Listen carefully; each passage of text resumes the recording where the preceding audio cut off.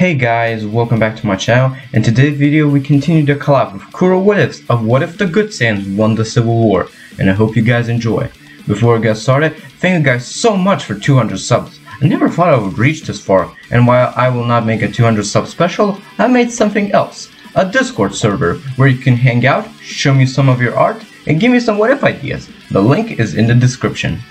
Before we get started, I hope you subscribe to my channel and his channel, link in the description, and hit that bell icon to be informed of any future what ifs. If we hit the like goal of 25 likes, Kuro What Ifs will make the next part, and if you have a what if suggestion for me, write down in the comments, and if I see enough interest, I'll do it.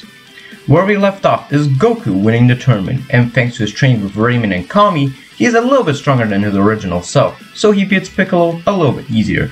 And he never resorts to use Super Saiyan because he doesn't want to kill Piccolo, and it seems if he used Super Saiyan, it would be unfair. Like normal, Kami suggests Goku to become the new Guardian of Earth, but he rejects that and flies off with Chi-Chi on the Flying Nimbus to get married. And they do get married as normal, and they have a kid named Gohan. Raimin visits Goku often and becoming an aunt figure for Gohan and helping him with his studies. And even in the time skip, Raimin and Goku continue their training, and she tells more about what she knows about Goku's race, and about the gold legendary power. Well, not really legendary since everyone had it. They called it Super Saiyan, and Goku also gets a better handle on Super Saiyan, but he thinks about something. Is there something beyond the Super Saiyan transformation? Maybe. He'll maybe find out in the future. So, 5 years pass, and Goku, Raimin, and Gohan go to Kami House to visit their old friends. And Raimin is happy to see Bulma, since they have become good friends, because Raimin, when she's not at Goku's place, works at Capsule Corp, and Bulma helps her live a reasonable life. But then, they sense an energy approaching, and it lands. It's another Saiyan. When he sees Kakarot, he smiles. He's happy to see his brother. Raditz explains that he is the older brother Raditz, and his actual name is Kakarot, and he's happy to see that he has grown to a very powerful warrior. He explains about the Saiyans, which actually is not too surprising for Goku, because he has all learned that he's an alien. Raditz explains also that they need his help to defeat an evil tyrant that destroyed their race. His name is Frieza, but none of them can stand a chance, and he asks him for his help to defeat him. Goku does get interested about Frieza. Raditz spots Raimin, and he's surprised there's also a Tubble here, and he also invites Raimin to the group, saying that they also have one Tubble survivor with them. Raimin's surprised to hear that there are actually more Tubble survivors, because from her perspective, she and her long-lost brother were the only survivors left, and she asks if it's maybe her brother, but Raditz doubts it, since their Tubble is quite old, so there's no way they're related. So Raimin and Goku agree to join, and they suggest to Raditz that Earth could be their base, because they have great technology, and maybe they can train here. Raditz thinks about that, and he actually agrees. He calls privately to their leader, Prince Vegeta, and says that he has found Kakarot and also another Tubble survivor, and maybe this planet could be a good base for them, since apparently this has good technology. Vegeta also thinks about it, and also agrees, since their professor is getting low on materials on their planet, so if they're saying is truth, it should be useful for him. And he says that they will come in a year's time, so wait for them and train in the meantime. They end the call, and Raditz says that the other Saiyans will arrive in a year, so I guess in the time they should train, because even though Raimin and Goku are pretty powerful, they still need some way more powerful, so he'll whip them into shape. Goku says not to underestimate him, and that he will train hard, but before that, he wants to test his brother's power, so they begin to fight. While Goku is a little bit stronger thanks to his continued training over the 5 years, he's still no match for Raditz, who's also a little bit stronger. But they still continue clashing, which eventually Goku turns into a Super Saiyan, and thinks that this will surprise Raditz, which at first does surprise him. But then he just smiled, saying that while he's impressed that his little brother managed to unlock that transformation, but he's not the only one. Raditz roars and becomes a Super Saiyan. Goku's shocked, which is not too surprising, because Raimin did say that this form isn't quite legendary since their entire race had it. So he's not too surprised. So they continue clashing, with the punches shaking Roshi's island, and Roshi tells them to calm down because they will probably destroy his house. But after some time, Raditz is still superior and kicks Goku back to the island. And he says to his brother that he enjoyed the fight, and he is happy that he won't need to teach his brother Super Saiyan. That saves us so much time. But Raimin says she also wants to try it, and Raditz doesn't see why not, because she can be strong too. They begin to fight, and Raditz limited himself in base because he knows that being a Super Saiyan would be unfair against her. But she is still impressive. She is quite an intelligent fighter, able to predict his move. And he's mostly surprised when he fires his double Sunday at her. She catches the blast and reflects it back at him. It didn't do too much damage, but he's still surprised. How can she do that? And Goku asks that as well, because he remembers at the 22nd World Tournament, she also was able to reflect his Kamehameha. So how did she do that? Well, she explained that while the Tuffles were not too strong in their physical strength, their abilities are weird and powerful sometimes, because usually Tuffles get different, unique abilities, and she discovered her ability while she was at Earth. Raditz now understands why Tuffles were still quite an impressive group, even with their lack of physical power. But he explains that there's actually another Tuffle survivor, but he doesn't know him too much, because he's Frieza's right-hand man. And he's also been rumored to have some weird ability, and the only one who can actually defeat him is Lord Frieza himself. So they need to be careful, and when they eventually fight this guy.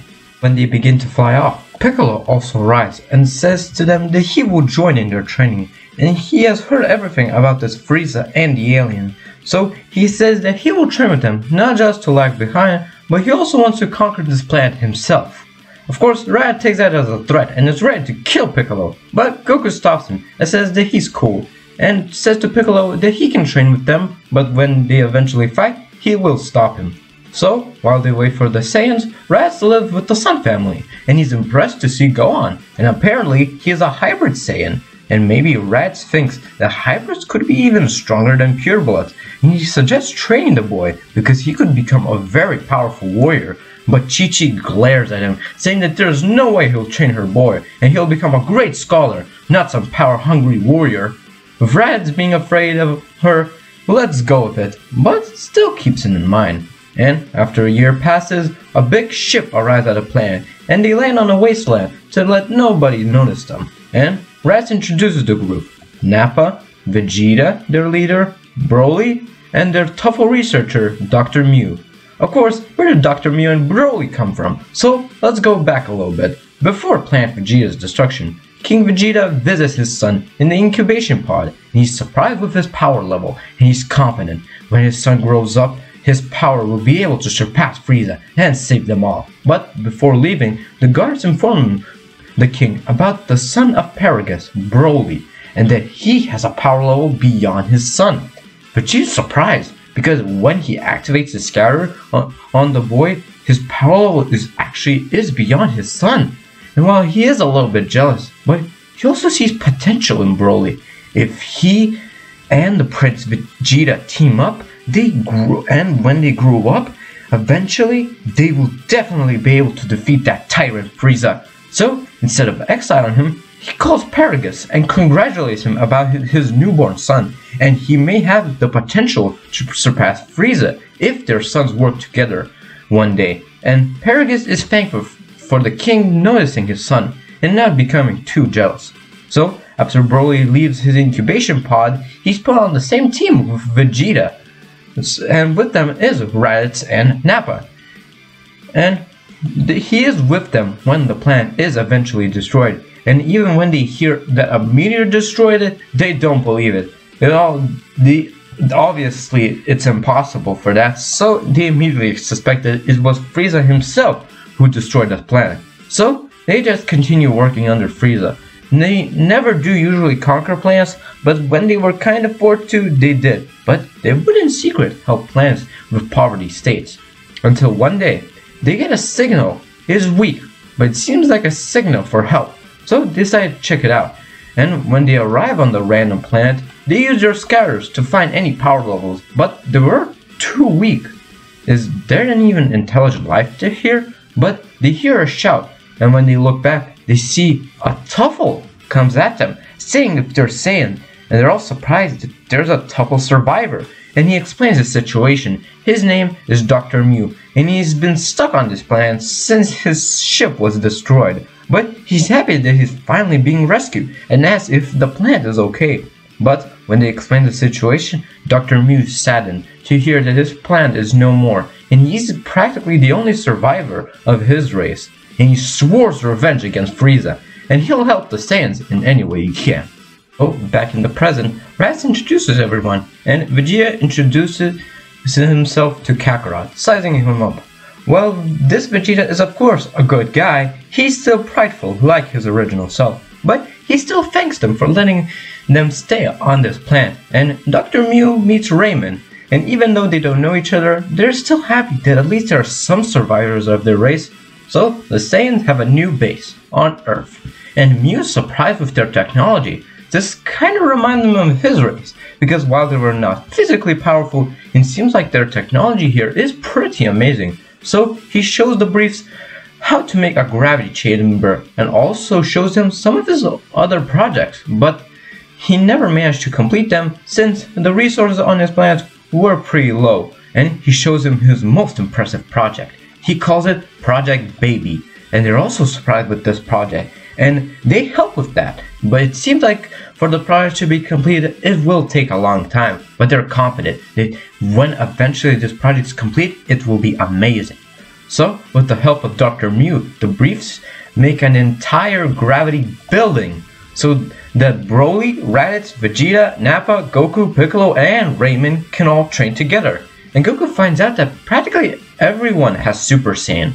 Besides Broly, weirdly, he does not have Super Saiyan, but he has another transformation that he calls the Ikari form. It seems like he can use the power of the Great Ape without actually transforming into one. This is quite impressive. So all of them train hard, with everyone getting amazing gains.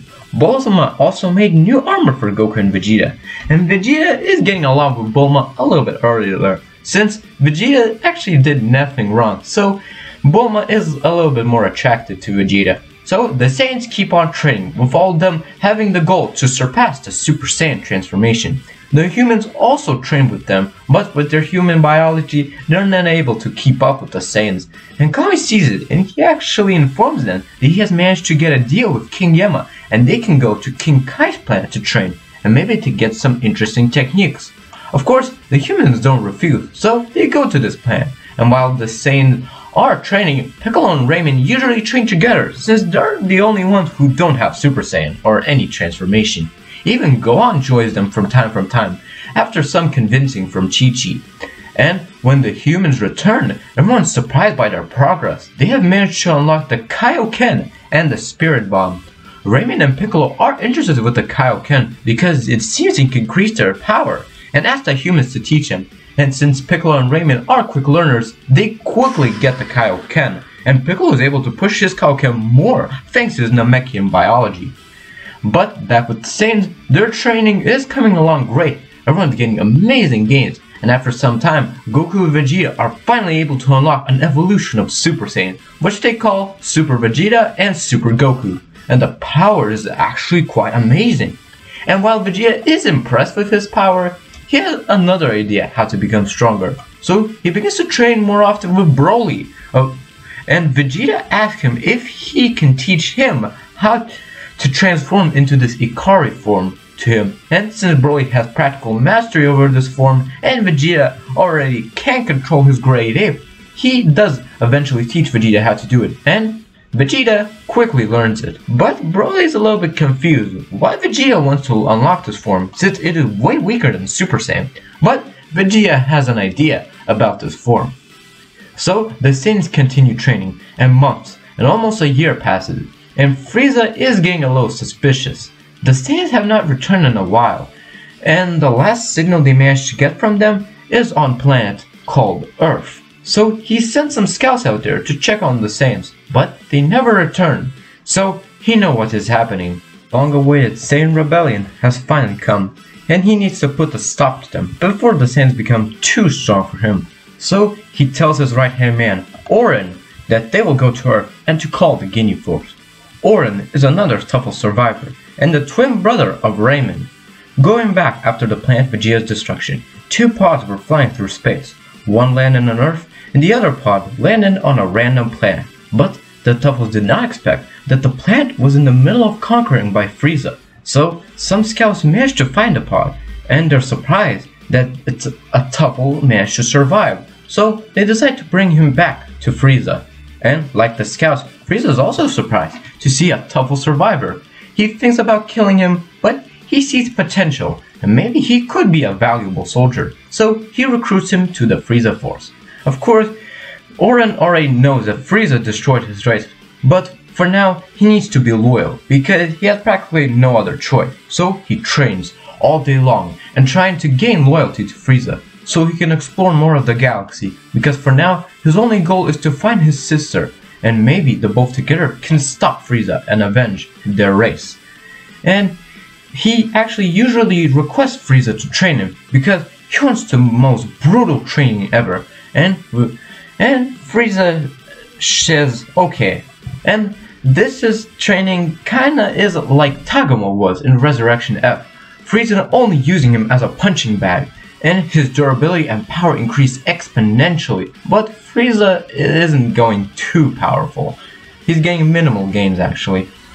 Oren is going up the ranks actually from the Frieza force, and he actually eventually becomes Frieza's right-hand man, which of course upsets Zarbon because he can't believe that a simple Tuffle has managed to take his spot. So he also trains to make sure that maybe one day he'll be able to surpass Oren and to get his title back as the right-hand man.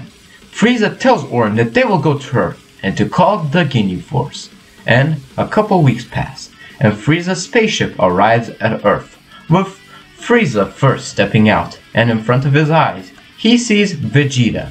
And acting dumb, he asks Vegeta what is he doing on this planet. Vegeta scoffs, and saying that he has been preparing on this planet to finally destroy Frieza and avenge his race. Frieza chuckles, remembering the last time he heard those words, and tells him the last time a Saiyan told him that, he was killed. But Vegeta says that this will not be like last time. Frieza sends his scouts, Zarbon, Dodoria, and a Ginyu Force against him. Vegeta again just scoffs, saying that he may have an army, but Vegeta has an army of his own.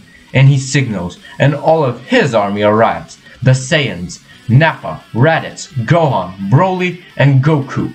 And all of the other fighters, the humans, Chaozu, Tien, Yamcha, Krillin, Piccolo, and Raimin.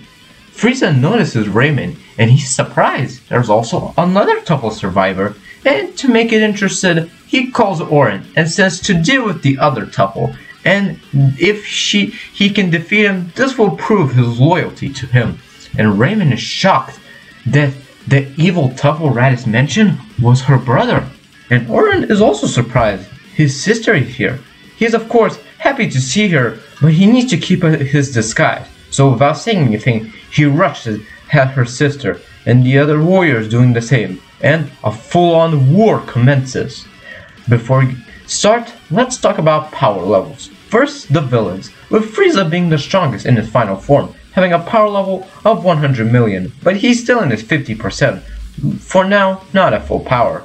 And he never trained after Planet Vegeta's destruction because he was confident that the other Saiyans will never surpass him. Then, the second strongest is Oren, with a power level of 1.75 million. He has trained rigorously to surpass Frieza, and while he was near his first form, obviously he's still no match for Frieza's other forms. Then below him is Zarbon, who is always desperate to keep up with Oren and has managed to get a power level of 850,000, which is impressive.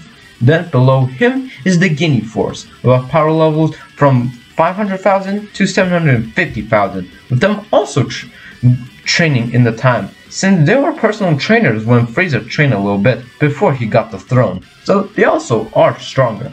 Then Dodoria, with a power level of 250,000. He didn't really matter and he didn't usually train, but with his training he still got powerful in his own right. And the soldiers are also pretty strong, and with a power level of 25,000. And even though that seems low when there's an army of them, that is quite a high power level. Now let's get to the heroes, with the strongest being Broly with a power level of 2.5 million. he has been using the gravity chamber and has been trained with multiple Saiyans, so of course he's the most powerful, and he has full control over his Ikari form, so when he transforms, he gets a power level of 25 million, but that's not his limit, since the more he adapts, the more of his power keeps increasing, and it's probably endless, and while he never did manage to transform into a Super Saiyan, he's still powerful in his own right. The second strongest is Vegeta with a power level of 1.5 million. It is also quite impressive in his own right, and now that he has access to grade 2, which I will give a 60 times multiplier in this scenario, has now a power level of 90 million, which is near Frieza's final form. Then, a little bit below him is Goku with a power level of 1 million, and with his grade 2, he's able to get a power level of 60 million. Then, a little bit below him is Raz with a power level of 900,000, which is good. And while he did never manage to get grade 2, he still has Super Saiyan, which gives him a power level of 45 million. Then equal to him is Raimin, since she has been training more with Goku and been more rigorous to be able to keep up with Goku. And with the Kaioken, she can push it up to times 5 with no strain, but her max Kaioken would be times 8 if she wants to risk it. Then, a little bit below them is Piccolo with a power level of 850,000, and he can push his Kaioken up to times 10, and his max Kaioken is up to times 15.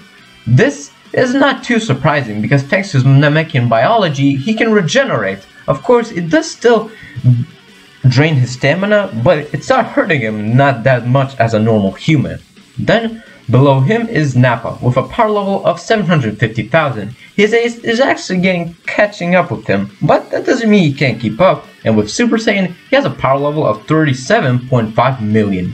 Then, very below him is Gohan with a power level of 200,000. Thanks to his hybrid potential, he's able to grow very fast, but he never did have too much training, so he never did manage to unlock Super Saiyan, but he is still strong. And then the weakest, well, probably, are the humans with the power levels of 100,000, and they can push their Kaioken up to times 10, since they had more trained with it than Raimin and Piccolo.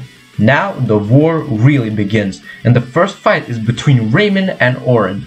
Raimin first tried to convince her brother to come back to her and to join them, but Raimin thinks that now is not the time, because he needs to catch Frieza off guard if he wants to kill him, and if he joins right now, Frieza will always be on guard. But a little bit of him wants to try out his sister's power, so the fight begins. And he is impressed with her Kaioken and being a really intelligent fighter, she's able to put up a really good fight. And he also surprised that every time he fires a Ki Blast, she reflects back at him. I guess that's her ability that she managed to unlock, or gain. But now it's time to show off his abilities. Raimin tried to land a punch, but strangely enough, it somehow phases through her, like he's not even there. And Raimin is confused. What just happened? It was an after image? No, it couldn't be an after image. That was way too fast. Orin just smiles, saying that to her sister that even though her ability is impressive, he has the ability to become phased through, so he is unable to be touched. But Raimin doesn't believe it at first, and she keeps rushing at Orin, increasing her Kaioken, but every time she tries to land a punch in the face, it's like he is an afterimage. He can't land a hit, but he's not actually an afterimage, because every time she phases through him, he lands a kick, so he's definitely there. But it seems like that her brother was not bluffing. He can actually make him phase through, but it seems like he can only use it in short bursts. So they continue the fight. Then, while that was happening, the humans and Nappa were dealing with the Ginyu Force, and with their great power, they were easily be able to overpower the Ginyu Force, especially Nappa with his Super Saiyan. Now even Captain Ginyu has a chance, and when he tries to switch bodies with him, Nappa expected it. He dodged it and blasts a bomber DX at him, completely destroying him. And the other humans had no trouble with the rest of them and killed them easily. Gohan, Raditz, and Piccolo were dealing with the rest of the soldiers, and Raditz being the main hitter, they're easily being overpowered, but they are still having trouble to their sheer number of soldiers. And Broly, Goku, and Vegeta were fighting against Frieza in his final form, and with their new transformation, and with Broly's amazing growing power, they're able to overpower Frieza, and he's surprised. They actually managed to become pretty powerful, and he's decided to show off his full power, and the pressure is immense. Frieza bulks up, and his power doubles, and all of the Saiyans are shocked with all this power. It's insane. This is Frieza's true power? And when Frieza finishes his transformation, Frieza enjoys the fear in their eyes, also getting a sense of deja vu. This reminds him of all the other Saiyans after he transformed into his final form. But they don't lose hope, with Goku, Vegeta, and Broly rushing back at Frieza. But thanks to Frieza's now new power boost, he's able to overpower all of them three, even though they have the advantage in terms of numbers. Back with the fight between the twins is a very close fight. While Raimin does have the power advantage, Orin's techniques and his ability does allow him to keep up. But after some time, strangely, Orin dips and flies towards Frieza, and Raimin is confused, so she goes after him. And of course, back with the fight, none of them have the advantage because everyone is tired out from all the fighting. But Frieza is being stubborn, just keeps rushing in, and even with Broly's rapid growth, he is unable to catch up with Frieza and his level of power. And then suddenly, they see someone rushing straight towards Frieza, and Orin tries to land a fatal punch to Frieza, but he catches his punch with his tail and breaks his arm, and which knocks him right out. When Raimin sees it, she's enraged. She understands now. Her brother was never evil. He was just trying to catch Frieza off guard. She breaks her limit. She goes Kaioken times 8 and rushes at Frieza, but it does nothing, with Frieza knocking her out cold, and Frieza loses it. He's getting annoyed. All of his forces are gone, and his right-hand man betrayed him. He's mad, and then he goes on a wild rampage, killing anyone he sees. First targets the weaker fighters, and he launches a huge blast towards the humans, and they're not gonna be able to dodge it. But Yamcha kicks Krillin, and Tien kicks Chaozu, so they will not be hurt. But sadly, the other two get hit by the blast, easily killing them. Frieza keeps looking around for his other targets, and then he spots a child. Who brings a child to a battlefield? He'll show them regret doing that. He fires another blast at Gohan, but Piccolo steps in the front, trying to protect Gohan. But to the power difference, Gohan is still hurt, but not as bad as Piccolo. And Piccolo, with his renaming energy, picks up a senzu bean that he had in his pocket, and he gives it to Gohan, restoring him. And then he dies, which means Kami dies too. Gohan is shocked that Piccolo sacrificed himself. He was too weak. Maybe if he would have trained more with Piccolo, he may have been able to save him. He failed him. A golden aura surrounds Gohan, and he screams out, his hair turning golden. He has managed to become a Super Saiyan, and rushes at Frieza with a blinding rage. But even with his new Super Saiyan power and a low rage boost, he's still nothing to Frieza, and Frieza just laughs with the pathetic attempt of this child, and slaps him away easily, and he's ready to kill him again. And now, there's no one who's going to be able to protect him or save him, and he launches a death beam straight towards Gohan. Goku tries to go help his son, but it seems like this new Super Saiyan form is slower than the original Super Saiyan. But someone else outspeeds Goku and kicks Gohan to the side, saving him. It was Raditz, and he takes the death beam head on, hitting his chest. He falls to the ground, turning base and coughs up blood. Goku goes to check to see if his brother's okay, and asks him why did he do that? Why? Raditz again coughs up blood, but he smiles at Kakarot, happy that he has managed to survive like his parents wanted, and just happy to see that what a man has he become. And for his last words, he says to his brother not to die like him and avenge him and the race. And Raditz passes away. And that's where we love this part of What If the Good Saiyans Won the Civil War. As always, if you have a what if suggestion for me, write it down in a comment, and if you enjoyed the video, consider subscribing, and if this video reaches 25 likes, Kuro What Ifs will make the next part, and if you missed part 2, go check it out on his channel, and I'll see you guys in my next video.